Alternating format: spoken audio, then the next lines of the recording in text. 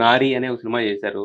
దీంట్లో ఫస్ట్ డైలాగే నేను అబ్బాయి కింద మారిపోతాననేది. అవునండి. సో, బీయింగ్ ఎ గర్ల్ మీకు మీ లైఫ్‌లో ఎప్పుడన్నా అనిపించినియా? అంటే బేసిక్‌గా పేరెంట్స్ సపోర్ట్ ఉంది. ఇప్పటివరకు అంతా కూడా కేక్ వాక్‌లానే ఉంది కదా మీకు. బట్ మీకెప్పుడన్నా అలాంటి సిట్యుయేషన్స్ ఎవరి దగ్గరన్నా చూసారా? ఎప్పుడైనా ఎదురైనయా? లేకపోతే ఇప్పుడు అన్నయ్య బయటకెళ్తూ ఉంటాడు. హ్మ్. నేను వెళ్తానంటే నువ్వెందుకొద్దు. ఆడపిల్లవు. యెస్. లేట్ నైట్స్ పంపించరు. హ్మ్. మాకు ఎళ్ళాలనిపిస్తది అన్నయ్యలాగా ఇట్లా కేబుల్ బ్రిడ్జ్ మీద అలా బైక్ మీద రైడ్‌కి వెళ్ళాలి. కార్ లాంగ్ డ్రైవ్స్ ఇవన్నీ అనిపిస్తది గానీ అవన్నీ మమ్మల్ని పంపియరు. ఈవెన్ మా అన్నయ్య అంటూ ఉంటాడు. హ్మ్. పర్లేదు డాడీ నేనున్నా కదా పంపిస్తున్నా అని అప్పుడు ఆలోచించి పంపిస్తా. ఇలాంటి చిన్న చిన్న విషయాల్లో. హ్మ్. ఇప్పుడు కాలేజ్‌కెళ్ళేటప్పుడు నేను ఒక్కదాన్నే వెళ్తాను మీరు డ్రాప్ చేయడానికి. అదొక్కటి. హ్మ్.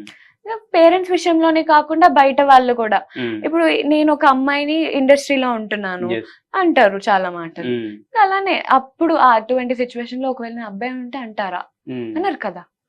అంటే మీకు మీ వరకు వచ్చి మీకు బాగా అరే ఎందుకురా నన్నిలా అన్నారు అని అనిపించిన ఏమన్నా ఉన్నాయా ఇప్పటి వరకు మీ లైఫ్‌లో? అంటే ఇప్పుడు అన్నారు కదా మీరు ఇండస్ట్రీలో ఉన్నాం కాబట్టి అంటారు నేను అమ్మాయిలు. ఎగ్జాంపుల్స్ చెప్తున్నాను. అదే ఎగ్జాంపుల్సే నేననేది. అలాంటివి మీకు అంటే బాధపడిన సందర్భాలు గాని లేతే అంటే 2 రకాలుంటాయి. ఒకటేంటంటే మనం బాధపడతాం. ఇలాంటి కామెంట్స్ చూసారు ఇలా ఎందుకన్నారు మనకు తెలుసు కదా రియాలిటీ అని. రెండోదేంటంటే కొంచెం నేను సంతోషపడతాం. అంత ఎక్కువగా ఎప్పుడు అనుకోలేదండి. హ్మ్. బికాజ్ హ్మ్. నాకు నచ్చింది నేను అమ్మాయిగా ఉండడం. హ్మ్. యాహ్! సో, కాబట్టి ఏదున్నా కూడా తీసుకునే నాకు అంటే ఎప్పుడు ఎక్కువ రెస్ట్రిక్షన్స్ ఏం పెట్టలేదు. హ్మ్. బికాజ్ మా అన్నయ్య నాకున్నాడు. నేనెప్పుడు మా అన్నయ్యతోనే ఉంటాను. హ్మ్. అన్నయ్య వెరీ సపోర్టివ్. హ్మ్. ఎక్కడికెళ్ళినా అన్నయ్యతోనే వెళ్తాను. సో, హ్మ్. మమ్మీ, డ్యాడీ పంపించేస్తారు. బట్ మరి ఇంత మంచి ఇంత క్యూట్‌గా ఉన్న గర్ల్, ఇంత బబ్లీ గర్ల్, ఇంత ఎక్స్‌ట్రోవర్ట్, ఇంత మంచిగా మాట్లాడుతుంది, ఇంత అందంగా నవ్వుతున్న మరి ఈ అమ్మాయికి అంటే ఏదో సినిమాలో ఉంటది అరే! అరే! యావరేజ్ అమ్మాయిలే ఖాళీ లేరు. ఇంత అమ్మాయి అందంగా ఉన్న అమ్మాయి ఖాళీగా ఉంటదన్నట్టు మరి ప్రపోజల్స్ ఏమి రావా మీ దగ్గరికి? వస్తూ ఉంటాయండి. ఎలా? ఇప్పుడైతే ఏం రావట్లేదు. ఆ! అంటే అరే! ఇప్పుడెందుకు నా దగ్గరనే కాదు. ఇప్పుడు నా ఏజ్‌లో ఉన్న అమ్మాయిలు ఆర్ నాకన్నా పెద్ద అమ్మాయిలని అడగండి. హ్మ్. ప్రపోజల్స్ రావట్లేదని అంటారు. ఎందుకలా? ఏమో అండి వాళ్ళు అంటే నాకు తెలిసినంత అబ్బాయిలు వరకు మనసులు మార్చుకున్నారా? ఐ డోంట్ నో గానీ నా దగ్గర ఇప్పటి వరకు అయితే ఏం రావట్లేదు. హ్మ్. వచ్చినా కూడా సైడ్ పెట్టేస్తారా? యెస్. ఒకప్పుడొచ్చాయా? చిన్నప్పుడు స్కూల్‌లో ఉన్నప్పుడు వచ్చేవండి. చిన్నప్పుడొచ్చి పెద్దయ్యాక ఆగిపోయినాయా? అదే ఇదేంది అంటే రివర్స్ ట్రెండ్? మనకి పడదులే ఆల్రెడీ ఉండుంటారులే అనుకోని అయితే ఎవరు ప్రపోజ్ ఇప్పుడు చేయట్లేదు. తెలిసిపోయిందిగా. ఎవరు లేరు. అనుకుంటున్నారు అలాగా. అదే అన్నా ఎవరు లేరని ఇప్పుడు తెలిసిపోయింది కదా! మళ్ళీ మేబీ చేస్తారేమో. మొదలవుతాయేమో మళ్ళీ. అంటే మనం దాన్ని సీరియస్‌గా తీసుకోం గానీ, బట్ అవి చూసినప్పుడు మనకొక ఫీలొస్తది గదా! అంటే నేను వర్ణిస్తూ చిన్నప్పుడు ఇప్పుడు అంటే చిన్నప్పుడు వచ్చేవి కదా! ఇప్పుడు అనిపిస్తుంటది. నేను నా ఫ్రెండ్స్ ఏంటి అసలు ఎవరు ప్రపోజ్ చేయట్లేదు. ఎవరినైనా ఒకళ్ళు రిజెక్ట్ చేయాలనిపిస్తుందబ్బా! ఛ! ఆ ఛాన్స్ ఎవరు కొట్టేస్తారో చూడండి. చూడండి నిత్య ఈస్ ఇది డెస్పరేట్. కొంచెం సైకోయిజం ఉంటదండి అమ్మాయిల్లో. సైకోయిజం ఉంటది. ప్రపోజ్ చేయాలి. కానీ యాక్సెప్ట్ చేయరు. రిజెక్ట్ చేయాలి. చేయాలి. ఓకే. హ్మ్. కామ్‌గా ఉంటాను ఖాళీగా ఉంటే ఒప్పుకోరు. రిజెక్ట్ చేయాలి వాడిని. చేయాలి. చేసి వాడెవడో ఒకడు మనసు ముక్కలవ్వాలి. మరీ అంత మరి సిన్సియర్‌గా ఉన్న వాళ్ళని బ్రేక్ చేయమండి. ఓకే. అంటే సారీ. సిన్సియర్‌గా ఉన్నవాళ్ళు లవ్ సారీ. కూడా చేయరుగా. మీకెలా అదే తెలుస్తది? సారీ చెప్పేస్తాం. అదేలెండి. ఆ!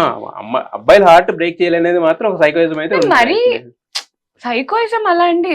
అది మీరే అన్నారు. నేననలా. కొంచెం ఉంటది. అది మాలో మేము ఫీల్ అవుతాం. చూపించం. అది కూడా అందంగా ఉంటది. సారీ చెప్పేస్తాం అంతే.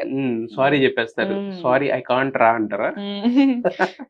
మరి మీ హార్ట్ బ్రేక్ చేసిన వాళ్ళు ఎవరైనా ఉన్నారా? అంటే రియల్ లైఫ్‌లో కాదు.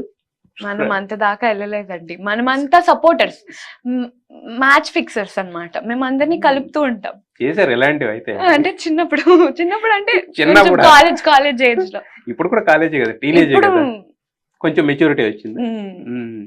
సో, అంటే నేననేది క్రష్‌లు అంటే ఇప్పుడు అంటే మేము చూస్తూ మురిసిపోతూ ఉండే బ్యాచ్ అన్నమాట. వాళ్ళని చూసి హ్మ్. భలే లవ్ చేసుకుంటున్నారనా? అంతే. ఎందుకలా మనం కూడా అలా ఉండొచ్చుగా అనిపిస్తది కదా! అది యాక్చువల్లీ. ఇంకా చాలా టైం ఉంది దానికి. ఉంది ఇంకా టైం.